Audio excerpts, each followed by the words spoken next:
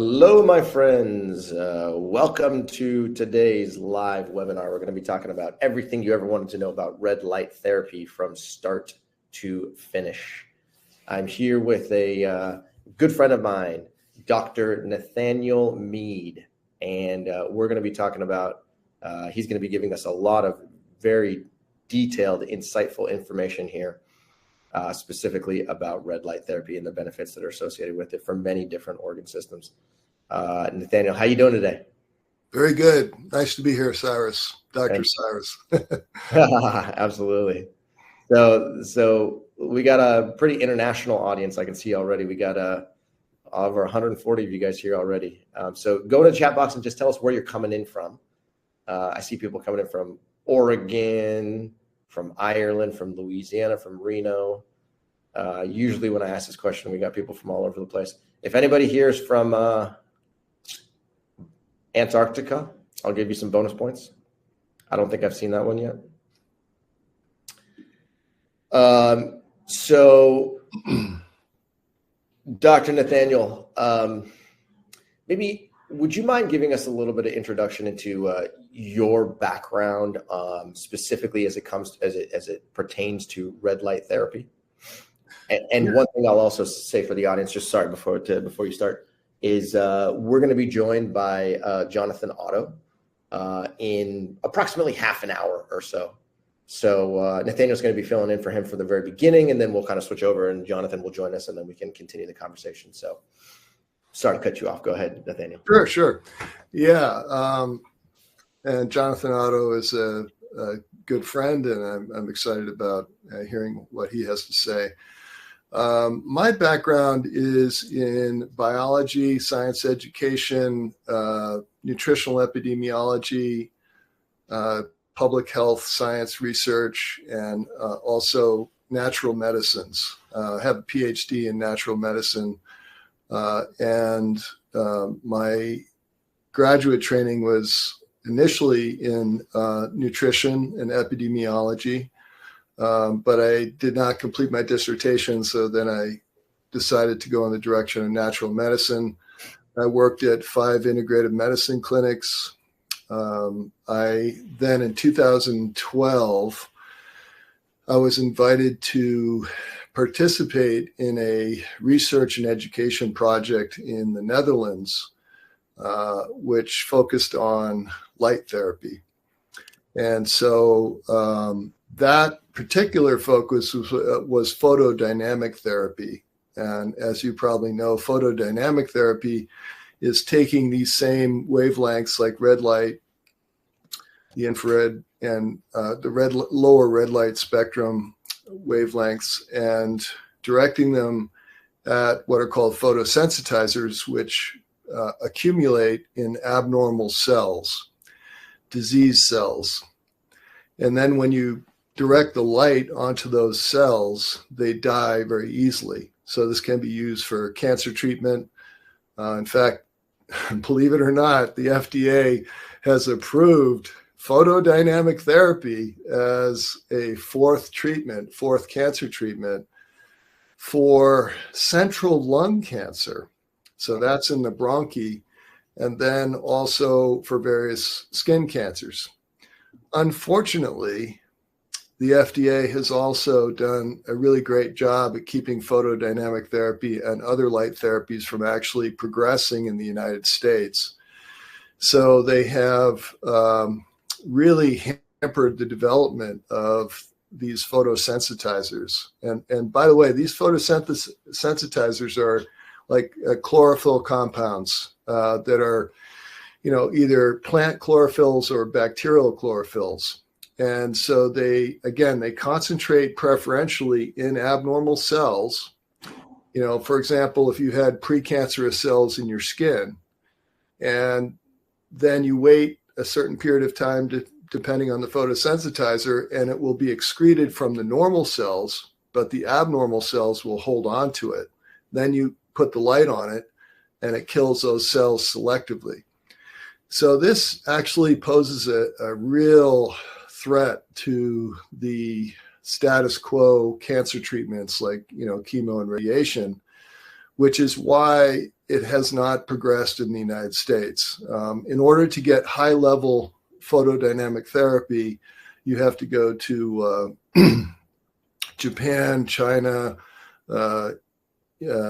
especially China. They have a lot of very good ones, and Russia. They have very good photodynamic therapy as well. So they're using third and fourth generation photosensitizers. And by that, I mean, these are light sensitive compounds that will be excreted by the body, but the crude ones that are allowed in the United States are held onto the body. They're held in the body for a longer period of time. So if you go outside in the sun, you'll have what are called photosensitive reactions if you go out too soon with the compounds. So that's why photodynamic therapy is still kind of, I hate to use this expression, but in the dark ages, here in the United States. And it's ironic that China and Russia have much better options, for getting those kinds of treatments. And so, medical tourism allows people to do that. So when I was involved in the research and writing on this therapy back in 2012 through 2014, I was working with a group of Russian scientists who needed to have me translate their very poorly written papers. So they took their papers written in Russian, and they asked me to take their very broken English and make it into very easily accessible English. So I took these very technical papers, and in the process, I got very fascinated with photodynamic therapy. I ended up teaming up with one of those Russians, and we wrote a book called The Medicine of Light, which is all about photodynamic therapy. Unfortunately, has not really gotten distributed beyond the Netherlands at this point. It needs to be shared with the world. But now I'm teaming up with Jonathan Otto, and we're going to be working on some projects together. So very excited about that. And so I've also spent a lot of time looking at the pandemic and some of the dysfunctions in the pandemic, as you know. And so that's been a recent focus as well. Phenomenal.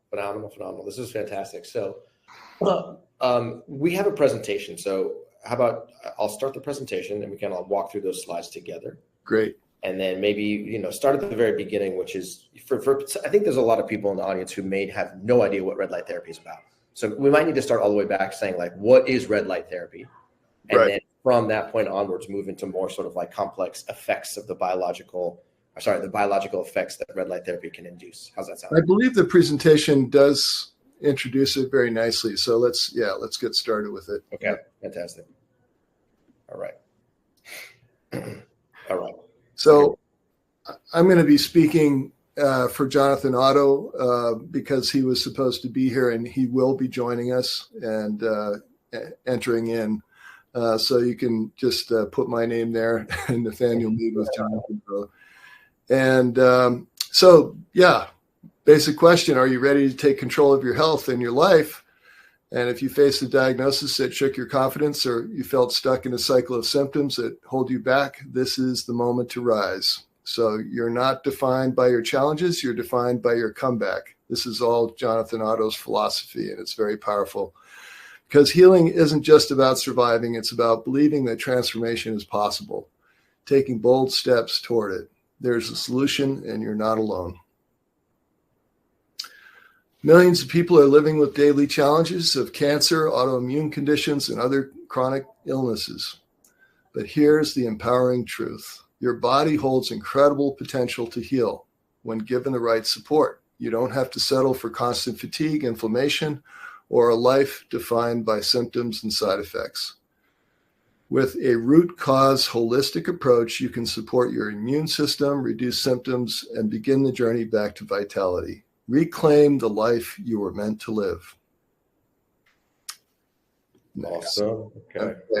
So this is Jonathan Otto's disclaimer. I'll speak on his behalf. We're not claiming that any information shared with you will treat or cure any disease or symptoms.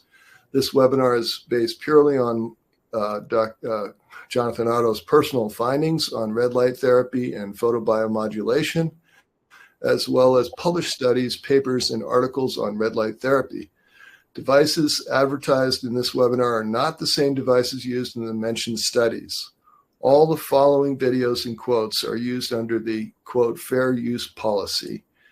Their content is included without implying any endorsement of the products that are under discussion. Okay. Beautiful. We got to get that out of the way. Yes. So today we are excited to share some groundbreaking insights that could transform your health and healing journey. So get ready to explore powerful natural healing strategies, perfect for those facing fatigue, pain, or long-term illness recovery. We'll introduce red light therapy and its role in accelerating healing. Learn how to reduce inflammation and restore energy naturally. Discovered how to activate your body's innate healing potential. And this webinar will help you reclaim your health. So let's start today. All right. Here we go. All right. And then this is me. Some of you may know me. I'm Cyrus Khambatta. I'm the co-founder of multiple businesses. I'm currently the co-founder of Evolution Health, as well as the business On the Green. And I've been living with type 1 diabetes since the year 2002. Actually, I have 3 autoimmune conditions: type 1 diabetes, Hashimoto's hypothyroidism, and alopecia universalis. All 3 of them set in back in the year 2002. So it's been 23 years since I was first diagnosed. And I was so rocked by that initial diagnosis that I adopted a plant-based diet. And as a result of doing that, my health has changed in significant ways. So armed with curiosity, I then decided to go get a PhD in nutritional biochemistry.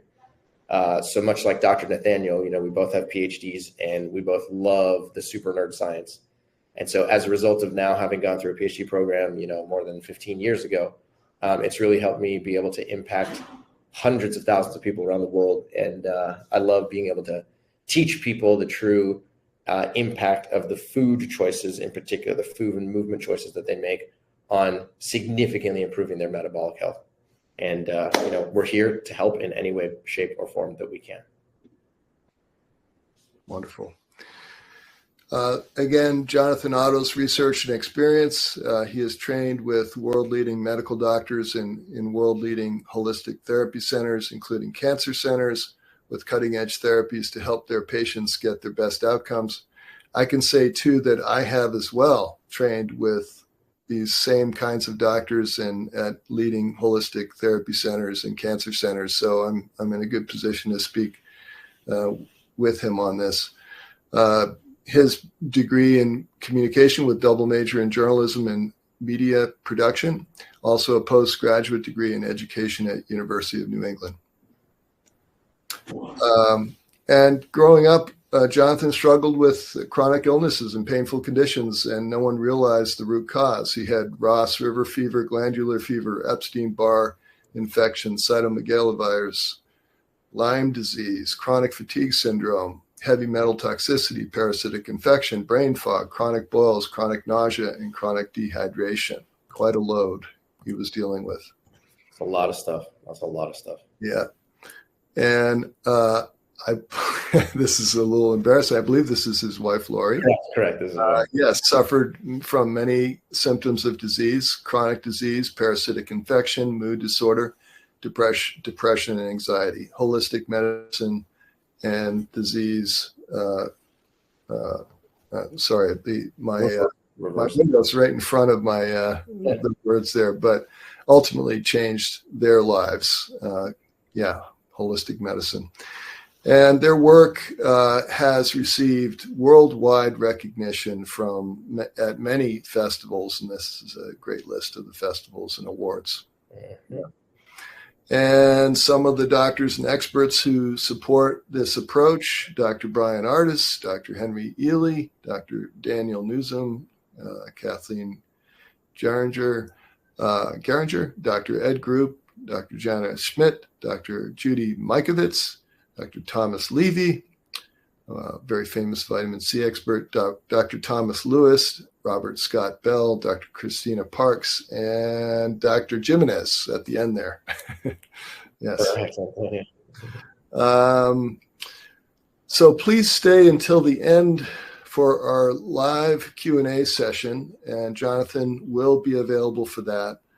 So get the opportunity to ask your questions at that time. You can jot down your questions during this presentation. Listen as we deep dive into these powerful health benefits as we answer your questions. And you'll discover which red light therapy is best for you. So stay until the end and you'll get a lifetime access to a masterclass, ebook, and recipe book. That's quite a present. And, wow, this one's really special. One of our viewers today will receive a free Red Life Pro Belt. This is one of the great Red Life therapy tools that is offered by the company. Yeah, wonderful. So during this exciting webinar, you'll discover what red light therapy is, why there's a need for non-invasive, cost-effective healing modalities, how red light therapy may help reduce symptoms caused by chronic diseases. Red light therapy as a modality to revitalize your life. The science and studies behind red light therapy and how specialized wavelengths have specific benefits for your health. So again, just the context. There's a huge spike in chronic diseases around the world. According to the World Health Organization, chronic diseases, including heart disease, diabetes, respiratory illness, responsible for 74% of global deaths. This claims over 43 million lives every year, with nearly 18 million of those deaths occurring before the age of 70. So cardiovascular disease, 523 million, diabetes, chronic kidney disease, chronic respiratory disease, and arthritis, all in huge numbers. Yeah. And there's a rise in cancer cases worldwide every day, with the latest cancer statistics being released in 2022. The top five most prevalent cancers exhibited the following number of new cases: prostate cancer at 1.47 million, breast cancer 2.3 million, colorectal cancer 1.9 million, stomach cancer almost a million, and lung cancer 2.5 million approximately. And now let's delve into the science of red light therapy. It's fascinating, I assure you. Okay, so this safe, non-invasive, and affordable therapy, currently used as a treatment choice for a wide range of inflammatory-based medical conditions like cancer, autoimmune disease, and more. What if we took a holistic approach to the treatment of different cancers? We'd have less fear and more hope. Red light therapy reduces our DNA damage. Red light therapy acts at a cellular level to modulate cytokines, reduce DNA damage, and support controlled healing, key factors in reducing chronic radiodermatitis and fibrosis. It improves anxiety. Patients with generalized anxiety disorder experienced a reduction in anxiety scores and better sleep quality. Red light therapy was well tolerated with no serious side effects, important for cancer patients. Long-term survival. This is a phase 3 trial of head and neck cancers, and just an example of how red light therapy could help reduce a problem that is very serious that affects so many of these patients. And it suggested that low-level laser therapy can improve survival of head and neck cancer patients treated with chemoradiotherapy, so used in conjunction with standard treatment. Okay, go ahead. It also increases tissue repair. So studies show that red light therapy can support tissue repair following injury. This regenerative effect may be especially beneficial for individuals with hypertension, as it could help improve underlying vascular health. This aspect, by the way, is really one of the areas that I got excited about initially with red light therapy, is the ways that it can help rejuvenate the skin and repair damaged tissue. Overall vitality. Red light therapy is a non-invasive, drug-free approach that enhances collagen production, osteoblast activity, and bone density. It also reduces inflammation, promotes bone growth factors, improves circulation and blood vessel formation, and boosts cellular energy production in bone tissue. Alzheimer's management. Red light therapy has the potential to degrade formaldehyde, a chemical linked to memory loss in the brain. People with mild Alzheimer's disease may have better cognitive function after light exposure. Decreases oxidative stress. That's excessive free radical activity in the body. Red light therapy may help protect the kidneys by reducing oxidative stress. Its antioxidants effects support healthier cellular function and may lower the risk of kidney damage associated with excess free radical activity. So this is a report in just showing how much attention this is getting in medical news today. Researchers are investigating an infrared light as a treatment for various brain conditions. Scientists have designed helmets that include light therapy, known as photobiomodulation devices, which people can actually wear at home. A recent study found that PBM helmet improved the memory and motor function of middle-aged people with mild cognitive impairment.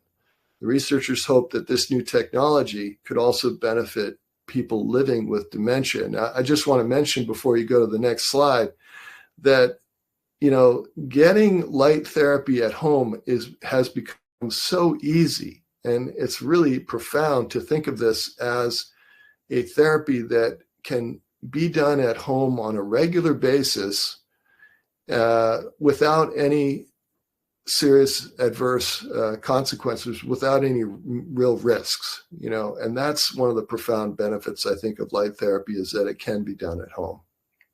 Okay, go ahead. So now we have a video with Dr. Daniel Newsom. So we can go ahead and we should be able to access that. All right, here we go. Let's talk about red light. There's red light and there's near infrared light therapy. Okay, so these are the most frequently used types of devices. And they're really for photobiomodulation. Okay, and this is a science-backed method using specific light wavelengths to activate healing in different tissues. This helps to reduce inflammation and also stimulates mitochondria activity, which then energizes your cells, which then energizes you. Okay, so different wavelengths penetrate at various depths. Okay, so depending on the wavelength of the light spectrum that you're using, okay, there's different depths that wavelength will reach. Okay, some are good for skin repair and skin healing and anti-aging, just looking more beautiful, right? Others are good for joint therapies in arthritis and for joint issues, injuries to the joints even. Some are good for brain health. Others are good for reducing fat by increasing fat metabolism. That's pretty cool, isn't it? And then, red light's pretty much good for overall. Excellent. All right, go back to present here. Let's click the right button. There we go. Boom. All right. Okay. All right, great. So now we're looking at some of these issues regarding the wavelengths. So blue light therapy, 480 nanometers, this is visible blue light, is used in the treatment of certain skin conditions such as acne. It can help acne-causing bacteria and reduce inflammation. it can help kill acne-causing bacteria and reduce inflammation. Some studies suggest that exposure to blue light therapy may affect mood and cognitive function, potentially influencing alertness and performance. So that's at the 400 nanometer wavelength. At the 500 nanometer wavelength, which is the yellow-orange light, this wavelength is absorbed closer to the surface of the skin and is effective for superficial skin treatments. Used for reducing redness, improving skin tone, targeting pigmentation issues, promoting collagen production, and enhancing overall skin rejuvenation. And next we have the one that I've worked with the most, which is the 630 nanometer and upward visible red light, which is similar to 590 nanometer. The 630 nanometer penetrates slightly deeper into the skin. It has broader applications for both skin conditions and deeper tissue treatments. It enhances collagen production, reduces inflammation, accelerates wound healing, and improves circulation. Next. So we also have now the 660 nanometer, which is visible red light. This is absorbed closer to the surface of the skin. It's effective for superficial skin treatments. It's used for improving skin tone, reducing fine lines and wrinkles, promoting wound healing, and enhancing overall skin health. And then we have the 670 nanometer with visible red light, which penetrates deeper into the skin than shorter wavelengths and is effective for cellular regeneration. This is used for stimulating collagen production, reducing inflammation, promoting wound healing, enhancing skin hydration, and improving overall skin health. And next, going even deeper. I feel like we're in a hypnosis process here, getting deeper. 810 nanometers. This is the near infrared light. 810 nanometers within the near infrared spectrum, which is invisible to the human eye. So its main biological interaction is with the mitochondria, specifically the enzyme cytochrome C oxidase in the electron transport chain. This is quite profound, actually, biologically speaking. Next, the 830 nanometer near infrared light. So we have infrared light and near infrared light. The near infrared is going even deeper. This wavelength penetrates deeply into the skin and underlying the tissues, making it highly effective for deep healing and regeneration. Used for reducing inflammation, accelerating wound healing, and supporting nerve repair, improving circulation, and enhancing muscle recovery. Next, the 850 nanometer wavelength, even deeper, still near infrared, has therapeutic effects, including promoting wound healing, reducing inflammation, alleviating pain. Ongoing research into the potential benefits of the 850 nanometer light for neurological conditions shows its ability to penetrate through the skull and affect brain tissue. It's quite profound.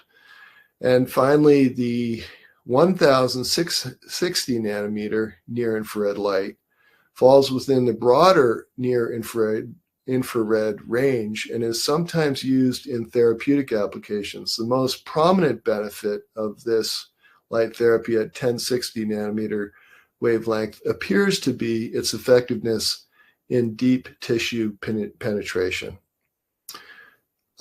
So how does the red and near infrared light affect the body? We have this range of wavelengths, all of which go deeper and deeper, starting at the superficial level, and you could see how it goes deeper and deeper into the interior tissues as you go to a higher wavelength. Okay, next.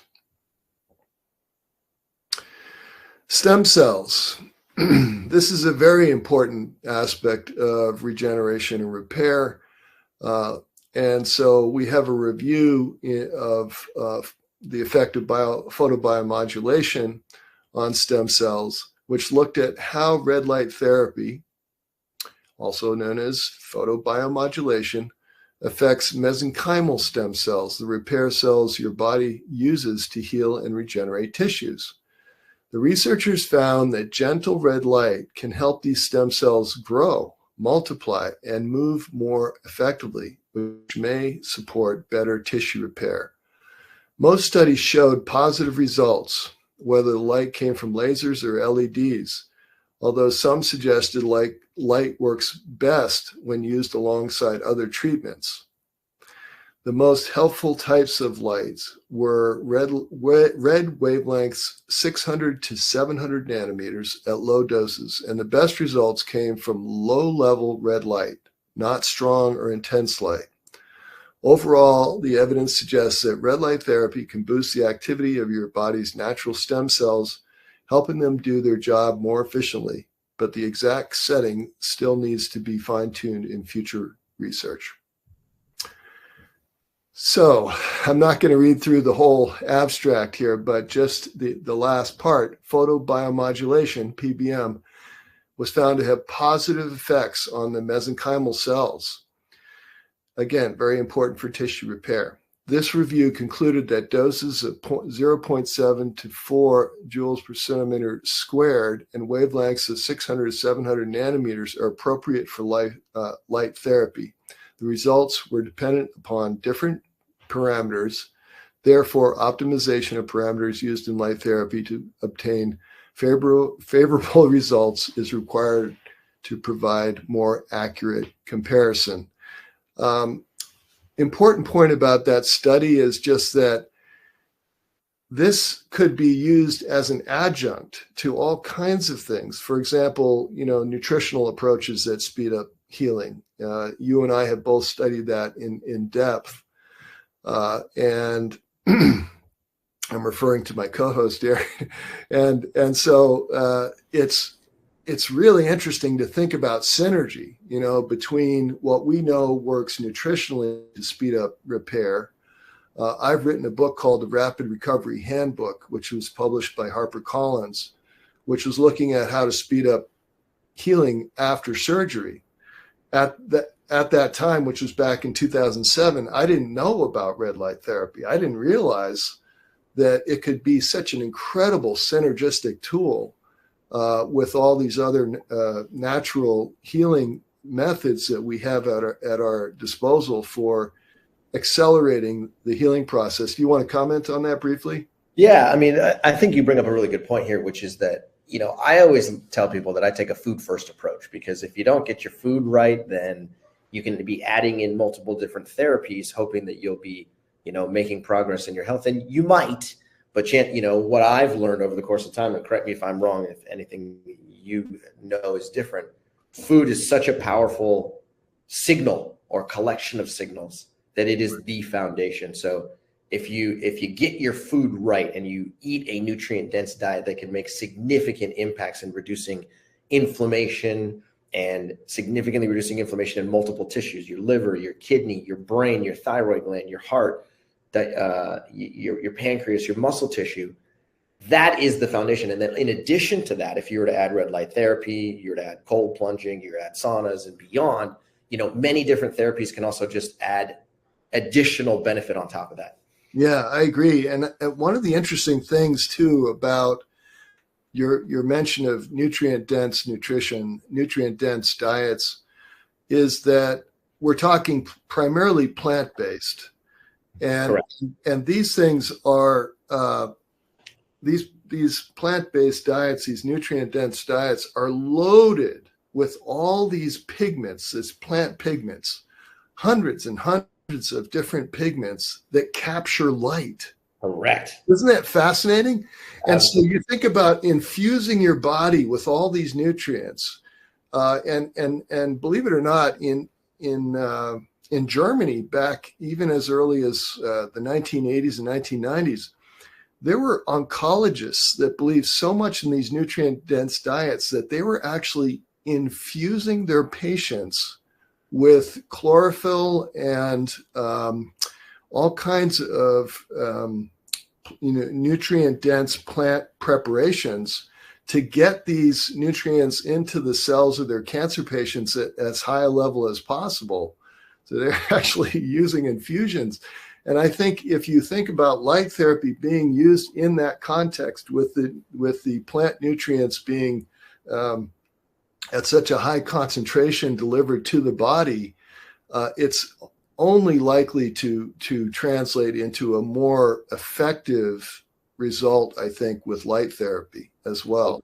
Yeah, well, I mean, you actually hit it on the head. I haven't verbalized this in the past, but yeah, you're right in the sense that, you know, plant-based foods that have a very high nutrient density often have a strong pigment, one or multiple plant pigments inside of them. And the pigments, if you go and dissect them on a sort of organic chemistry level, you'll find that these pigments have very strong antioxidant capabilities. Yes. And these antioxidants, what they are at a cellular level is they are electron donors, and they go and they hand out electrons to neutralize free radicals that are generated in the mitochondrial matrix.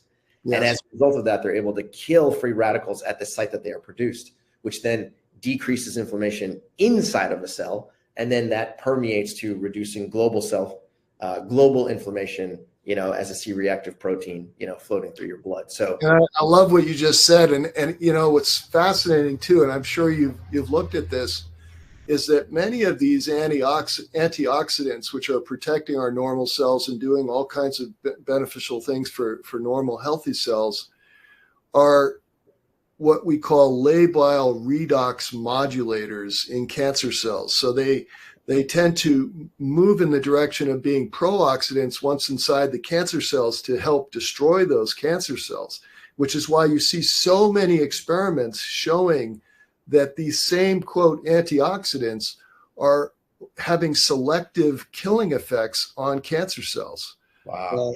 And it's really fascinating to think of, again, the light therapy providing another pro-oxidative effect in the cancer cell, because that's what it's doing, at least with photodynamic therapy, which I mentioned earlier. Correct.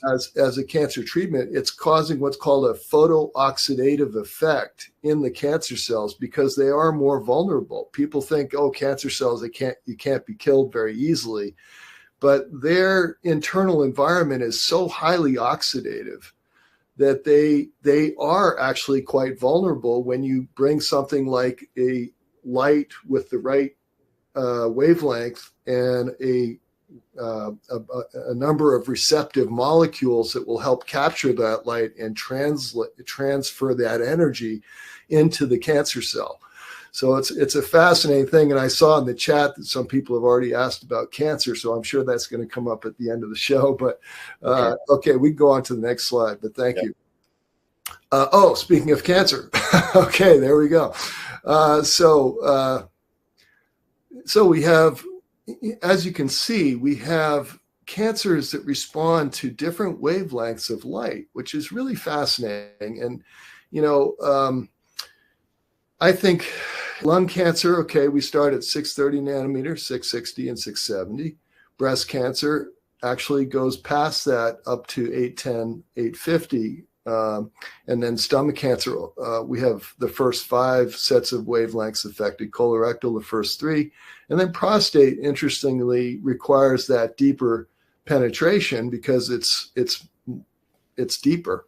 So the prostate is requiring 810 nanometers to 850 nanometers. Now, I just want to comment that one of the interesting things about photodynamic therapy versus what we're talking about here is with photodynamic therapy, you could take something like a fiber optic and deliver it into the area where you want to direct the light specifically.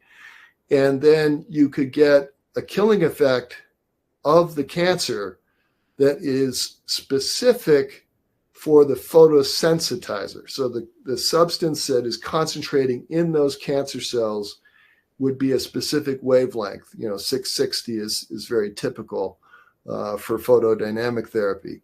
But what we're looking at here in this slide is we're looking at red light therapy without considering photosensitizers, just the effect of the light by itself, which is really remarkable when you think that you can achieve some level of therapeutic effect against cancer with just the light. It's really, really something to consider.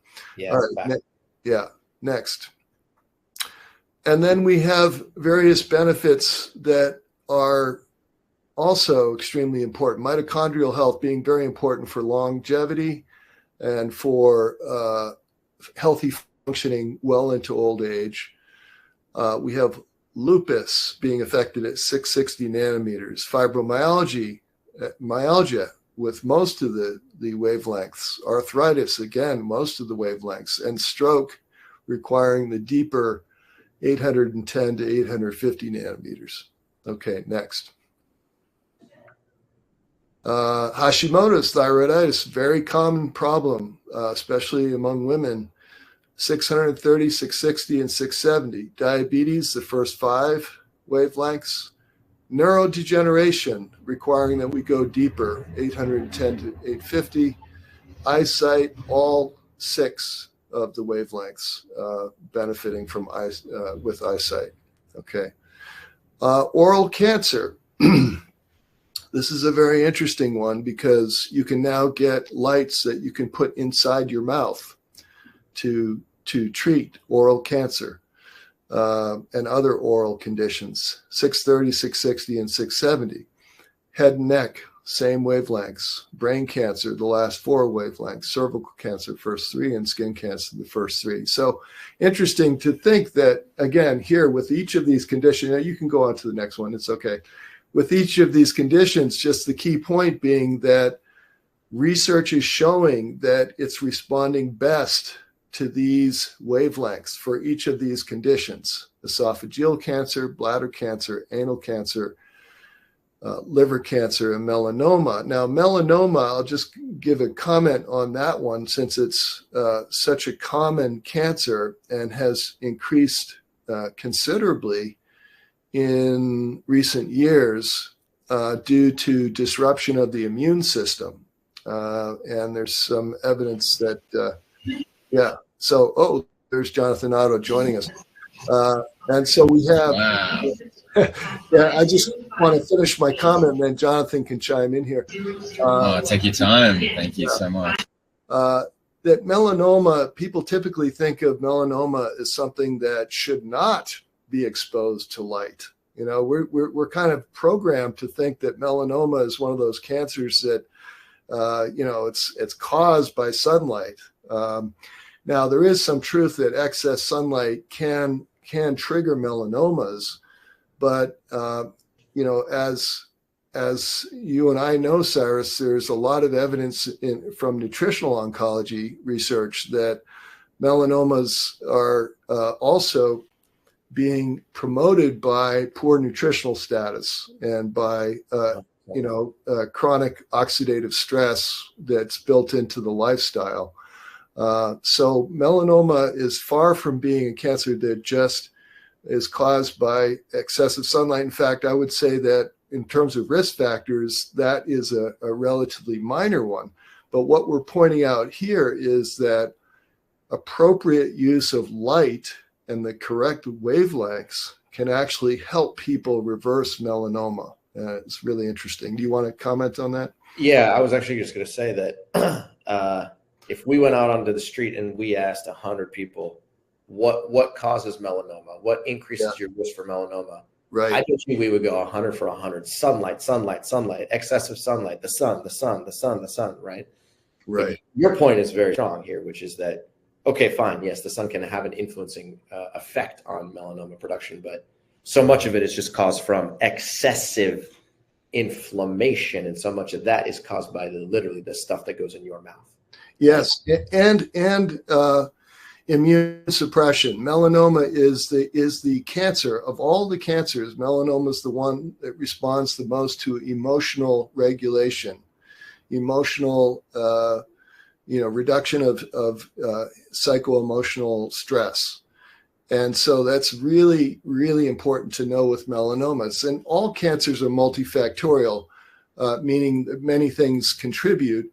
Correct. But what we're talking about here is really therapeutic effects. And if someone has risk factors for melanoma or for any of these cancers that we've looked at, it could also be that light therapy can help in a preventive way early on in the process. If somebody has some indicators that they're at high risk, it can work in a preventive manner.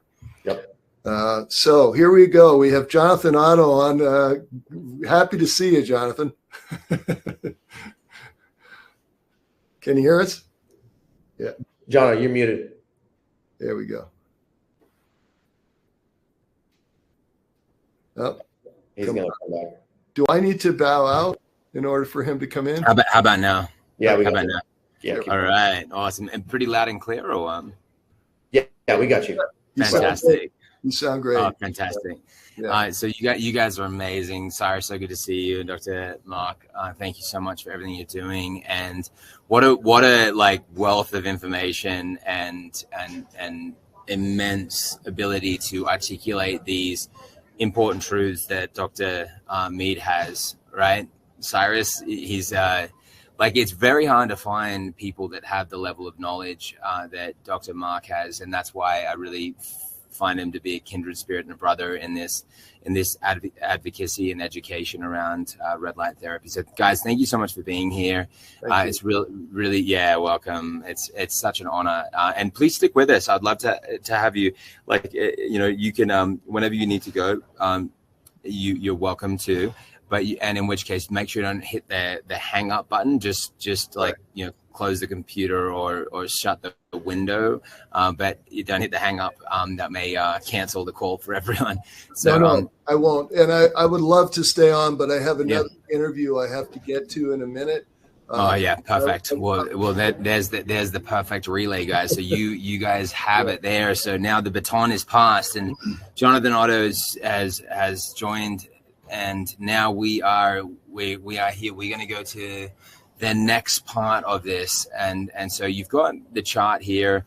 I love that we have evidence that with skin cancers we don't have contraindications, which continues to be the case. All the times when you think, well, maybe this would be the case where you can't use light. Look at rosacea, look at lupus. These are cases where people are sensitive to light, but ironically, light is part of the solution. Light is part of the cure. So it's interesting that studies validate that with rosacea, it arguably is the most effective treatment for rosacea. It is arguably the most effective treatment for lupus. I do like other really renegade solutions for lupus, like chlorine dioxide solution, chlorine dioxide, MMS, if people look into that and understand that. Like Cyrus is talking about, clean eating, plant-based diet, gluten-free. There's various solutions, but we're getting to the bottom of how light will activate and initiate all these different processes of healing and how powerful that is. So look at glioblastoma, lymphoma, and bone cancer. We've got wavelengths that are showing up as being effective for this. I know, Cyrus, this is just mind-blowing for you. I'm sure you've been enjoying like what we've shared so far and what we're about to have. Like, you'll never be able to forget this. It ends up just sitting in your mind, and what you thought was possible for healing and what you now know becomes different. And red light certainly opened me up to a whole new world, and the research is very deep, and we really push the limits and the boundaries with this. And this is why Dr. Dan Pompa had me do some training with him recently. Even Dr. Tony Hebenez has had me help with his clinic and with his patients with their follow-up for their cancer treatment with our devices. And that's what we're rolling out now, which is really awesome. So people watching this, knowing that we've got amazing products that you can use, we'll share a little bit about that and why that's important and how you can get some exclusive special opportunities there. But knowing that they're used by top physicians is really a very important thing, because you don't know what you're getting sometimes. And if you've got a lot hanging on this and it's really important to you what result you get, you want to make sure you've got something that really does work. So look at the photobiomodulation benefits here. Hair benefits, scalp, hair growth, skin rejuvenation, wound healing, inflammation reduction, cognitive function and cellular regeneration, organ health with liver, kidney, lung health, bone healing, osteoporosis management. And then coming over to cancer support, obviously always careful with claims. As you saw the disclaimer before, this is not intended to treat, cure, or diagnose any condition or symptom. Rather, this is an educational platform. This is sharing published research, and you can consult with your local doctor, practitioner, etc. So what we see here is that red light therapy is working very effectively for the conditions that get caused as a result of other treatments like conventional therapies, like chemotherapy with painful mouth sores, skin irritation, swelling, nerve pain, and digestive problems. And it's also working by slowing the growth of cancer cells and encouraging their natural death, apoptosis. It's improving patients' quality of life, their comfort, their speed up recovery. And these are important insights. And I'll show you the mechanisms here. This is the published study there. Each time you see us present on that, you'll see then backing up the published study. I'm going to show you here Dr. Tony Jimenez. I just mentioned him. Now he is here. And so check this out. What I want to say very specifically is that light therapy, photodynamic therapy, red light, blue light, the full spectrum of light has tremendous benefits in integrative oncology, not only to destroy cancer cells using what's called a photosensitizer, which is an inert substance, has no biological, biochemical, or physical activity until it's absorbed by the cancer cells. Then we use the photodynamic therapy, the red light, the blue light, to activate it. Sort of like waking up the sleeping bear, if you will. And then within the cancer cell, this does a beautiful effect in causing cytotoxicity to that cancer cell and destroying it. So photodynamic therapy using different colors of light and different wavelengths from 440 to 1080 nanometers is a very powerful tool in our non-toxic treatment approach at Hope for Cancer. Red light by itself, I believe, can target these circulating tumor cells. So the gist of what I'm saying about red light, I believe that we all should do red light therapy, either for treatment coupled with photosensitizers like vitamin C and others, or use red light for prevention.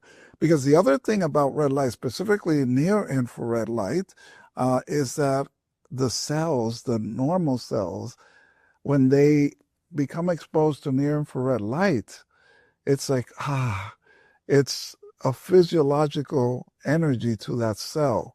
It's the natural wavelength of that cell at that 640, 660, 680 nanometers. So red light therapy has significant benefits.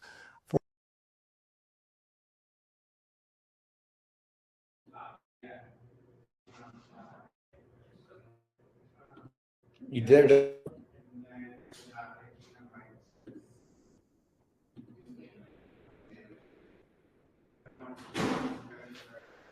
Looks like we got a little bit of a tech glitch here. Jono might be coming back here in a second. We'll just hang out until he gets here.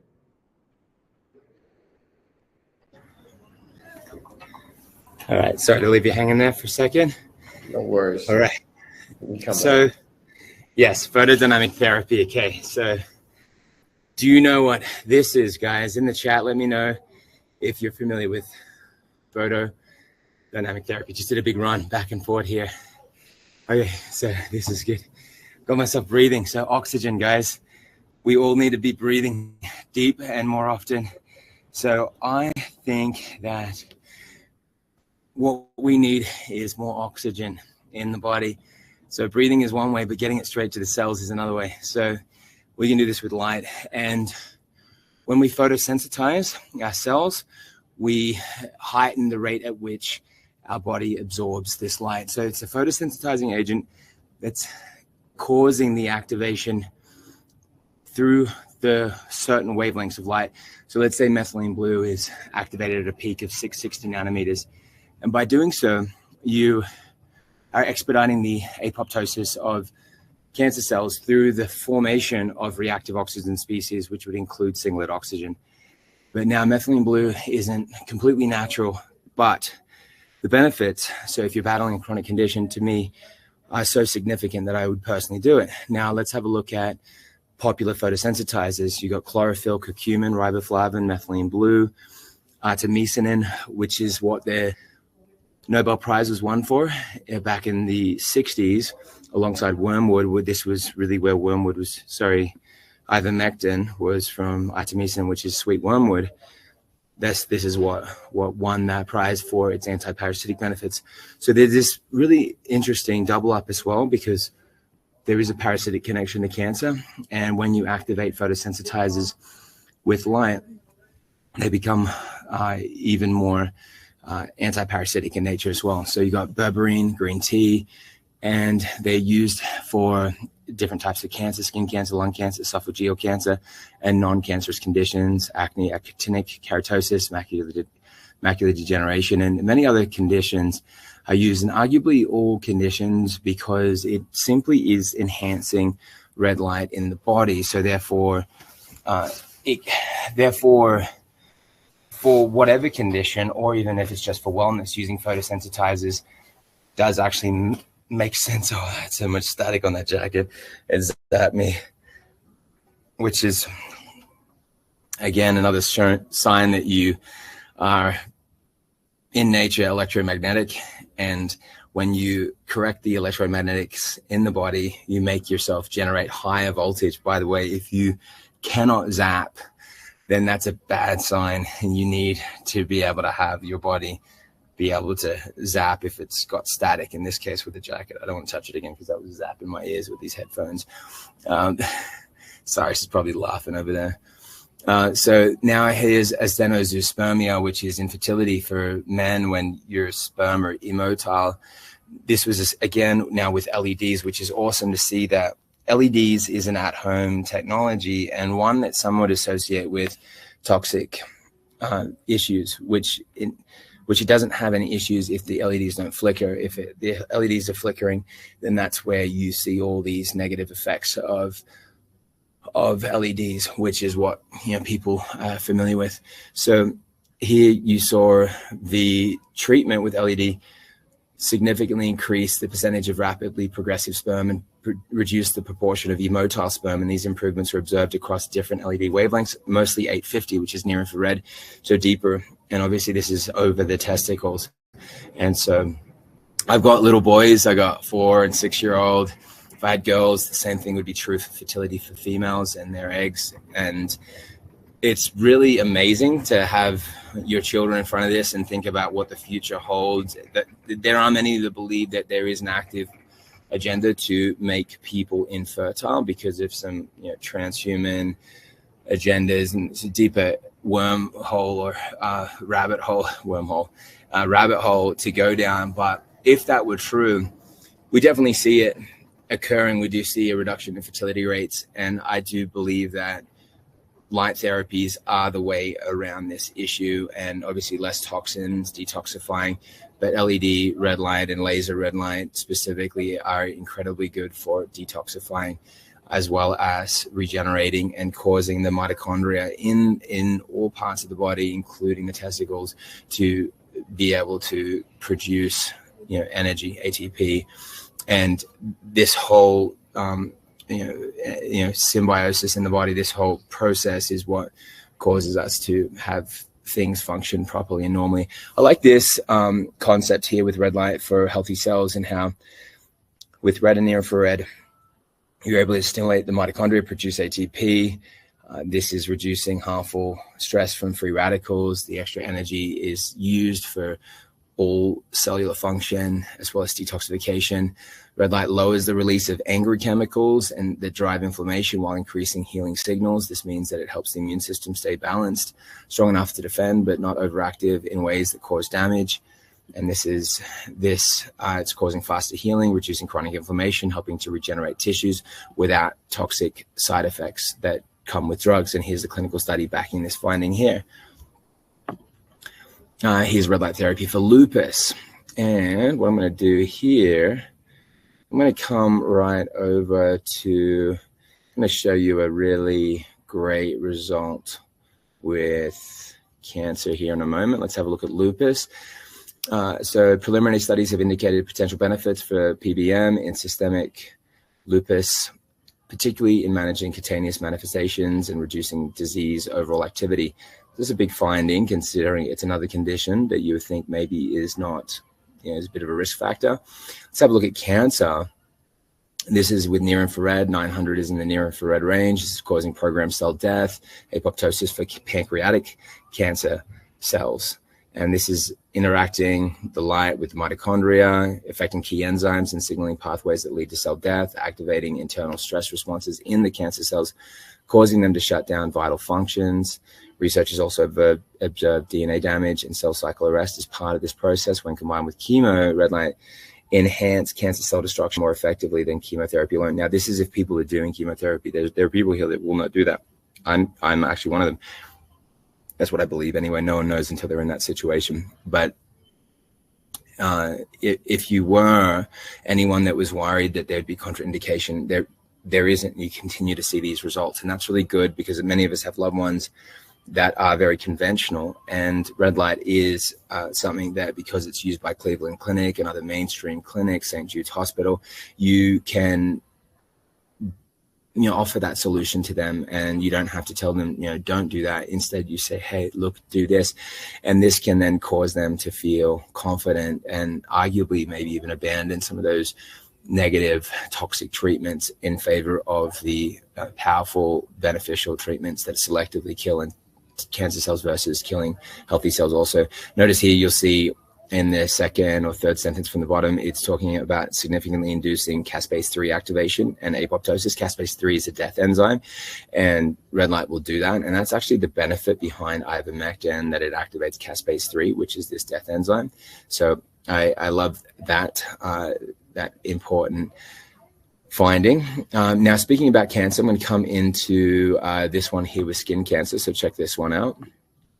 My sister insisted I see a dermatologist for a dry patch on the side of my nose. She'd had a deep Mohs procedure on the side of her nose on something that started out as a dry patch too. My husband recently found a dermatologist that he really liked, so I made an appointment there. The dry patch turned out to be something that just needed to be frozen off. I don't even know if I remember what they called it. Anyway, they did an all-over body check, stopped at the mole on the back of my leg, and said, this needs to be biopsied.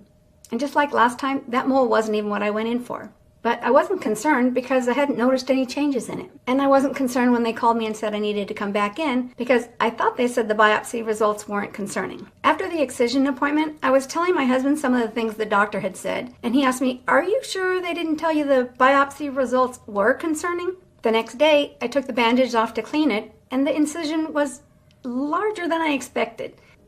At some point, I log into the patient portal, and I see it says malignant melanoma. And of course, I know that's not good, but it says in situ, and I have no idea what that means.